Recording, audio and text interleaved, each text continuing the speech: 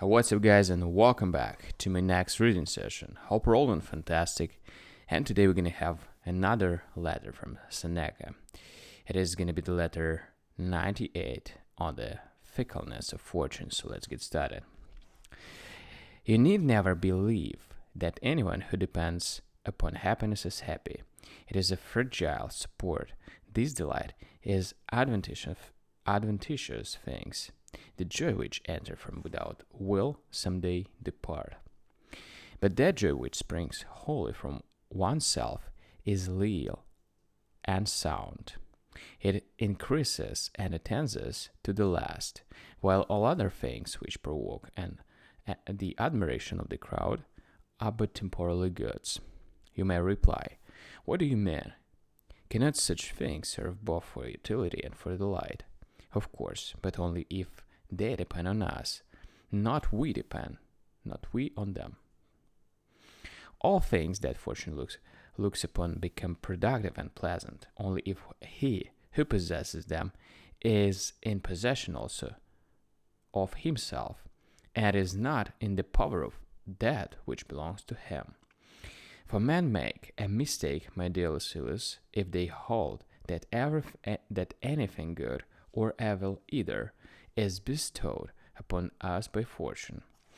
It is simply the raw material of God's goods and ills that she gives to us, the sources of things which, in our keeping, will develop into good or ill. For the soul is more powerful than any sort of fortune. By its own agency, it guides its affairs in either direction, and of its own power, it can produce a happy life or a wretched one. A bad man makes everything bad, even things which had come with the appearance of what is best.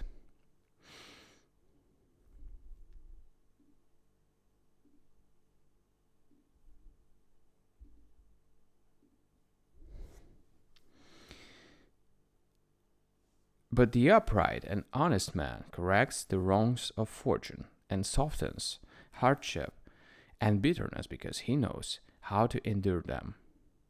He likewise accepts prosperity with appreciation and moderation, and stands up against trouble with steadiness and courage. Though a man be prudent, though he conduct all his interest with well-balanced judgment, though he attempt nothing beyond his strength, he will not attain the good which is unalloyed and beyond the reach of threat, unless he sure is in dealing with that which is unsure.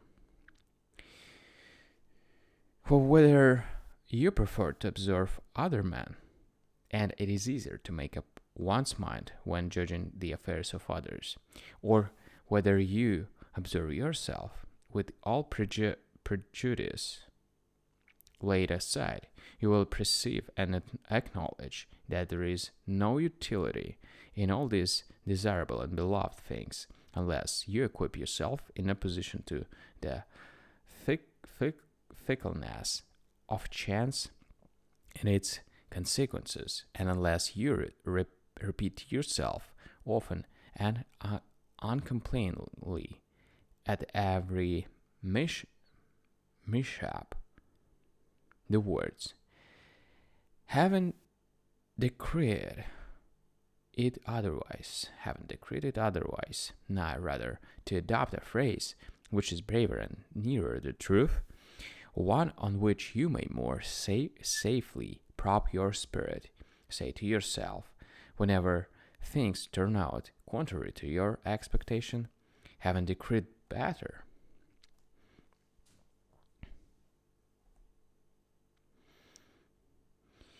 If you are those poised, nothing will affect you, and a man will be thus poised if he reflects on the possible ups and downs in human affairs before he feels their force, and if he comes to regard children, or wife, or property with the idea that he will not necessarily possess them always, and that he will not be any more wretched just because he ceases to possess them.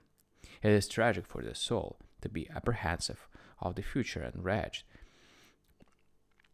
in anticipation of wretchedness, consumed with an anxious desire that the objects which give pleasure may remain in its possession to the very end. For such a soul will never be at rest. In waiting for the future, it will lose the present blessings which it might enjoy. And there is no difference between grief for something lost and the fear of losing it. But I do not, for this reason, advise you to be indifferent. Rather, do you turn aside from you whatever you may see as fear, cause fear. Be sure to foresee whatever can be foreseen by planning. Observe and avoid, long before it happens, anything that is likely to do you harm. To effect this, your best assistance will be a spirit of confidence and a mind strongly resolved to endure all things. He who can bear fortune can also beware of fortune. At any rate, there is no dashing of billows when the sea is calm. And there is nothing more wretched or foolish than premature fear. What madness it is to anticipate one's troubles. In fine, know to express my thoughts in brief compass and portray to you those busybodies and self-tormentors. They are as uncontrolled in the midst of their troubles as they are before them. He suffers more than is necessary. He suffers before it is necessary. Such men do not weigh the amount of their suffering by reason of the same failing which prevents them from being ready for it, and with the same lack of restraint they fondly imagine that their luck will last forever, and fondly imagine that their gains are bound to increase as well as merrily continue. They forget the springboard on which mortal things are tossed, and they guarantee for themselves exclusively a steady countenance for the gifts of chance. For this very reason, I regard as excellent the saying of Metrodorus in a letter of consolation to his sister on the loss of her son, a letter of great promise. All the good of mortals is mortal. He is referring to those goods towards which men rush in shoals. For the real good does not perish. It is certain and lasting, and it consists of wisdom and virtue. It is the only immortal thing that falls to mortal lot. But men are so wayward and so forgetful of their goal and of the point towards which every day jostles them, that they are surprised at losing anything, although someday they are bound to lose everything. Anything of which you are entitled, the owner is in your possession, but is not your own. For there is no strength in that which is weak, nor anything lasting and invincible in that which is frail.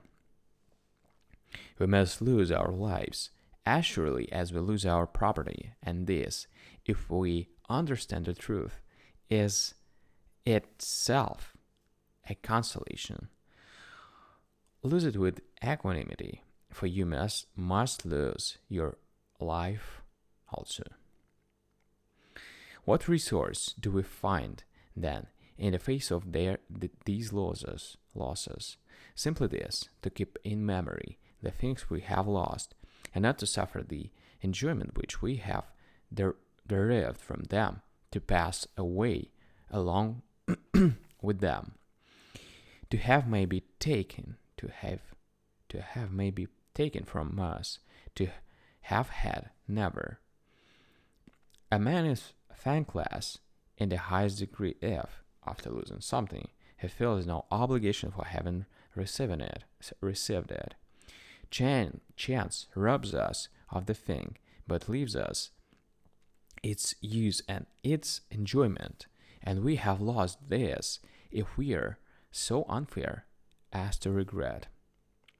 Just say to yourself, of all these experiences that seem so frightful, none is insuperable.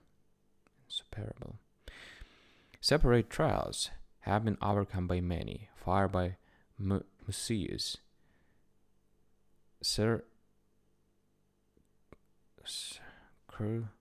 crucifixion by Regulus, poisoned by Socrates, exiled by Rutilius, and the sword inflicted death by Cato.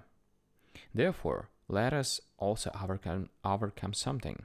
Again, those objects which attract the crowd under the appearance of beauty and happiness have been scorned by many men and on many occasions. Fabricius, when he was general, refused riches, and when he was censor, branded them with disapproval. Tubero deemed poverty worthy both of himself and of the deity of the capital, when, by the use of the earthenware dishes at a public festival, he showed that man should be satisfied with that which the gods could still use. The elder Sextus rejected the honors of office. He was born with an obligation to take part in public affairs, and yet would not accept the broad stripe, even when the deified Julius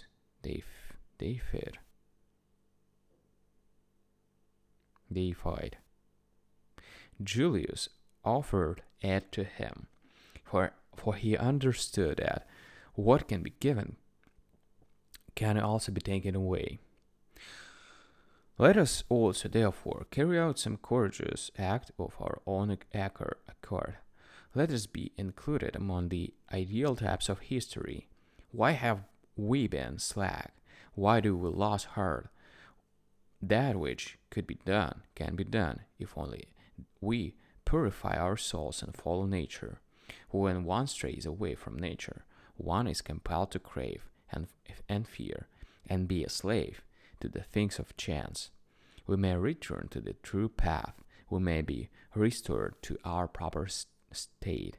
Let us therefore be so, in order that we may be able to endure pain in whatever from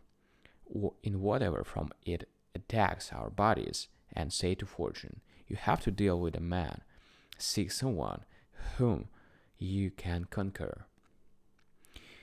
By these words, and words of a like kind, the malignity of the ulcer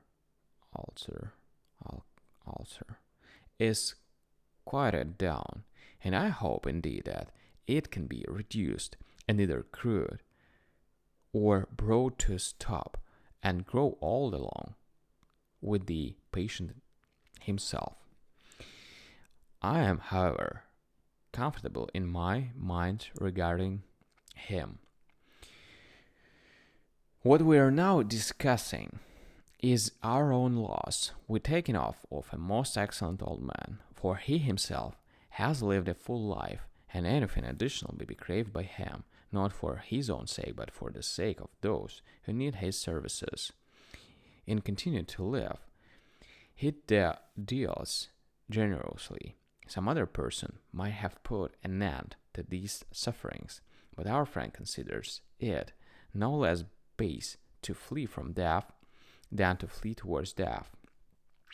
But, comes the answer, if circumstances warrant, shall he not take his departure? Of course, if he can no longer be of service to anyone, if all his business will be to deal with pain. This, my dear Lucilius, is what we mean by studying philosophy while applying it, by practicing it on truth. Note what courage a prudent man possesses against death or against pain when the one approaches and the other waits heavily. That ought to be done must be learned from one who does it. What ought to be done must be learned from one who does it.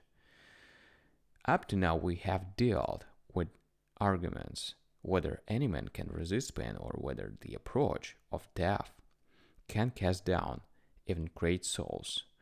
Why discuss it further? Here is an immediate fact for us to tackle. Death does not make our friend braver to face pain, nor pain to face death. Rather does he trust himself in the face of both. He does not suffer with resignation because he hopes for death, nor does he die gladly because he is tired of suffering. Pain he endures, death he awaits. Farewell. Alright guys, so thank you for joining me today on this reading session, and we're going to continue tomorrow on the next letter. So see you tomorrow. Thank you. See you. Bye.